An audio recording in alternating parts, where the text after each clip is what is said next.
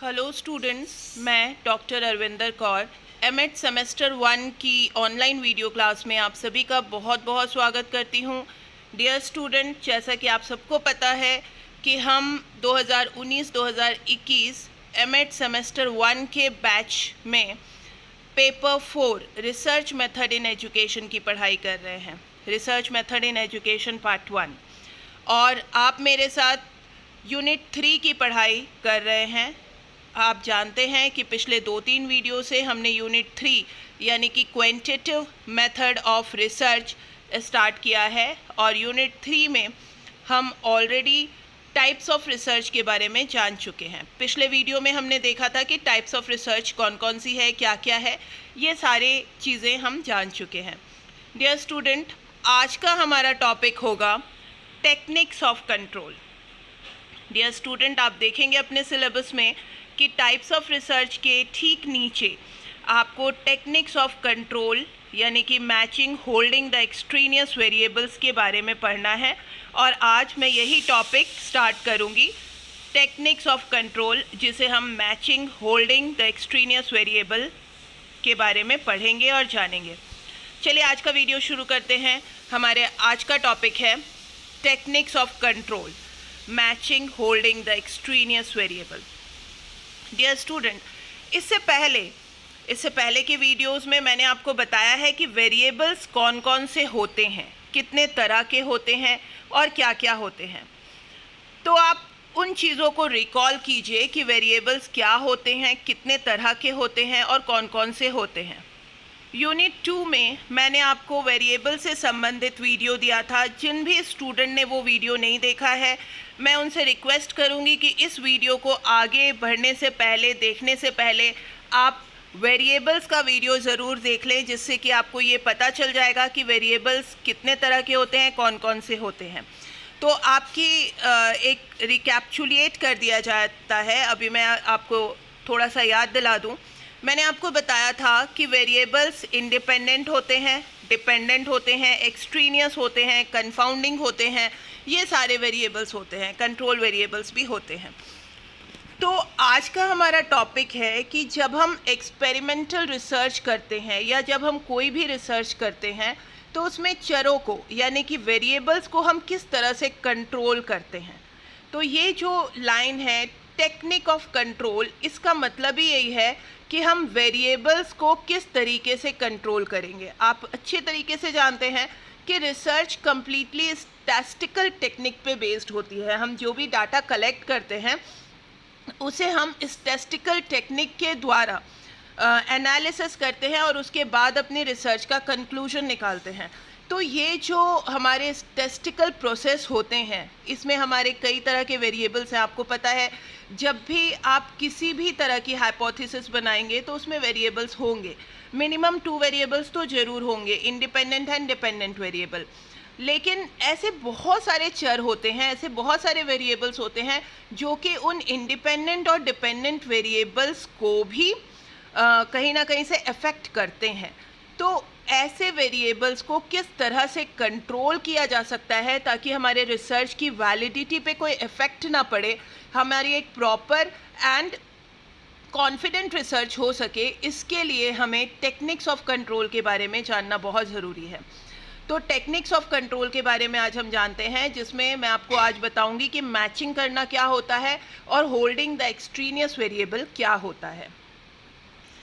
हमारे सिलेबस के अकॉर्डिंग हमें 2 चीज़ें इंपॉर्टेंटली पढ़नी हैं, matching, holding the extraneous variable. वैसे अगर मैं कंट्रोलिंग की बात करूं, जब एक्सट्रेनियस वेरिएबल यानी कि बाह्य चर जो होते हैं वो जब हमारी स्टडी को अफेक्ट करते हैं या वो कहीं ना कहीं से हमारी स्टडी के लिए एक प्रॉब्लम बन कर के आते हैं, तो उनको हम कैसे कंट्रोल करते हैं।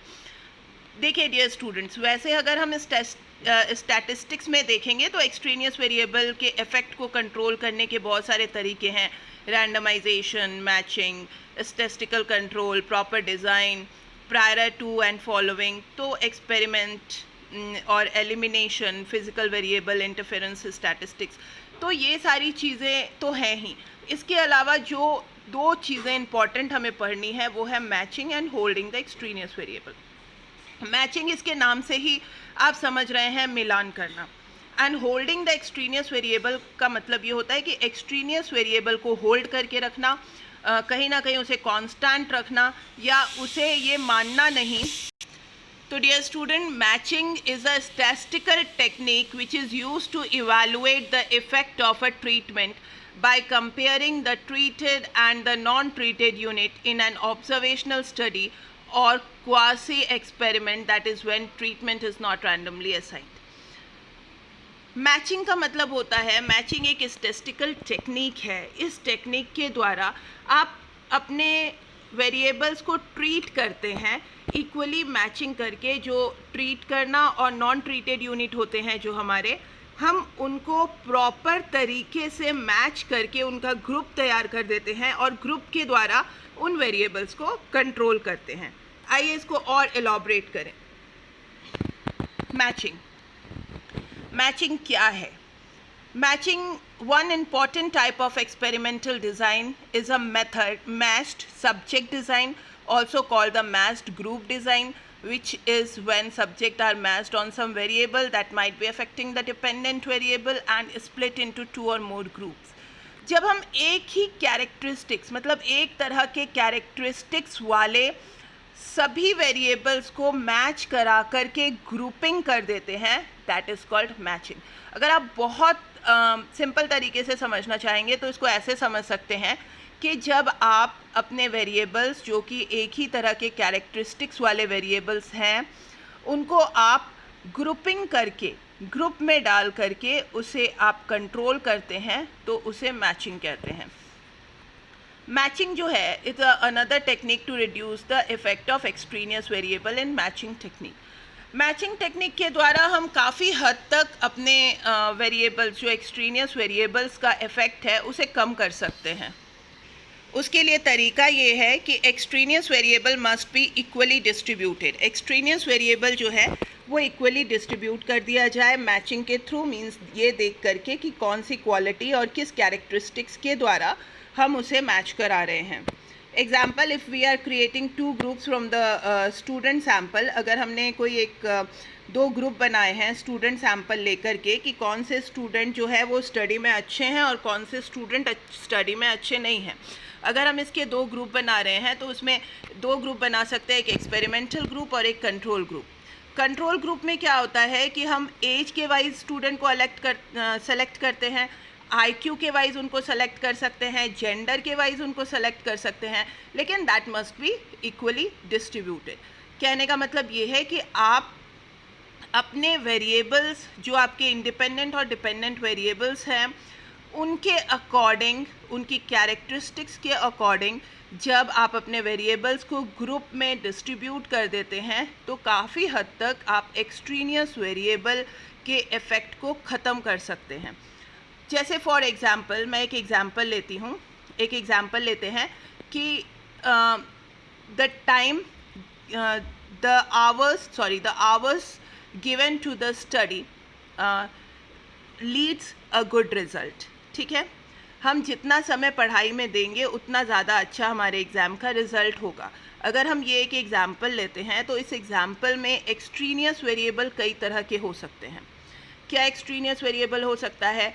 IQ लेवल हो सकता है, एज हो सकता है, जेंडर हो सकता है कि बॉयज़ अगर 4 घंटे स्टडी में लगा रहे हैं तो उनका क्या रिज़ल्ट हो रहा है, और गर्ल्स अगर 4 घंटे पढ़ाई कर रही है तो उसका क्या रिज़ल्ट आ रहा है. एज के वाइज भी हमारा ये स्टडी इफ़ेक्ट कर सकती है कि बहुत सारे स्टूडेंट हैं जिनकी एज कम है, वो अगर ज़्यादा पढ़ रहे हैं तो उनका रिज़ल्ट अच्छा नहीं हो रहा है, या कम पढ़ रहे हैं तो उनका रिज़ल्ट अच्छा नहीं हो रहा है. IQ लेवल पे भी डिपेंड हो सकता है हमारी स्टडी का रिज़ल्ट. अगर IQ लेवल अच्छा है और 4 घंटे पढ़ रहे हैं तो रिज़ल्ट अच्छा आ सकता है, और अगर IQ लेवल ख़राब है और 8 घंटे भी पढ़ रहे हैं तो रिज़ल्ट अच्छा नहीं भी आ सकता है. तो ये सारे इफ़ेक्ट होते हैं, एक्सट्रीनियस वेरिएबल के इफ़ेक्ट होते हैं जो कि हमारी स्टडी को हार्म करते हैं. तो इसके लिए हम क्या करते हैं, मैचिंग कराते हैं कि जिनके IQ लेवल इक्वल हैं. ठीक है, students having equal IQ level if studies 4 hours in a day can get a result of 60 और 70%.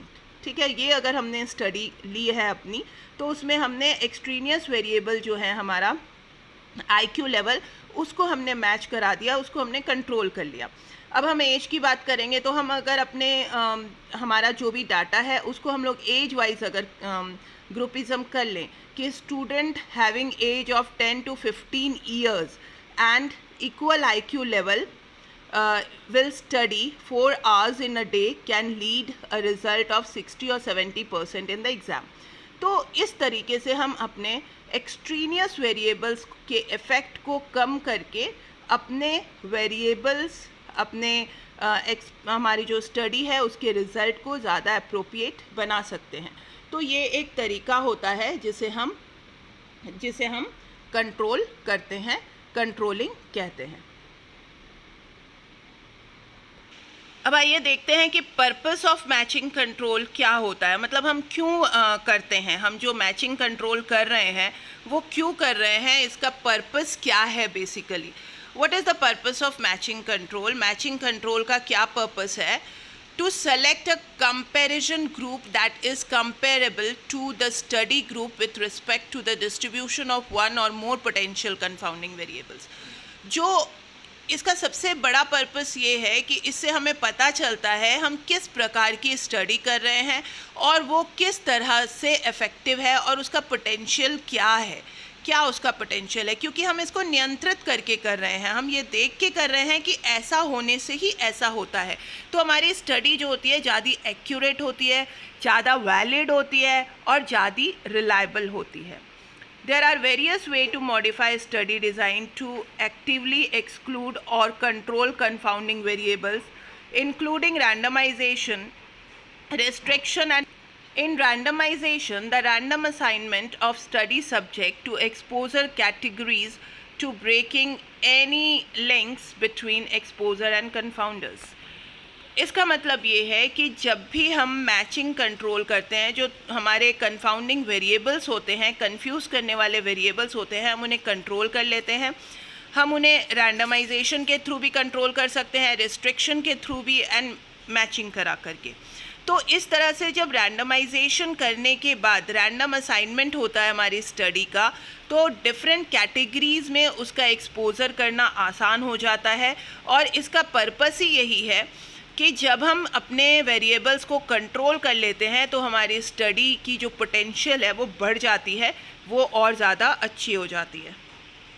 आइए एक्सट्रीनियस वेरिएबल को एक बार फिर से समझते हैं कि extraneous variable are any variable that you are not intentionally studying in your experiment or test. आप इंटेंशनली कभी भी एक्सट्रीनियस वेरिएबल को स्टडी नहीं करते हैं अपने रिसर्च में, लेकिन वो ऐसे वेरिएबल्स होते हैं जो आपके इंडिपेंडेंट और डिपेंडेंट वेरिएबल को प्रभावित करते हैं।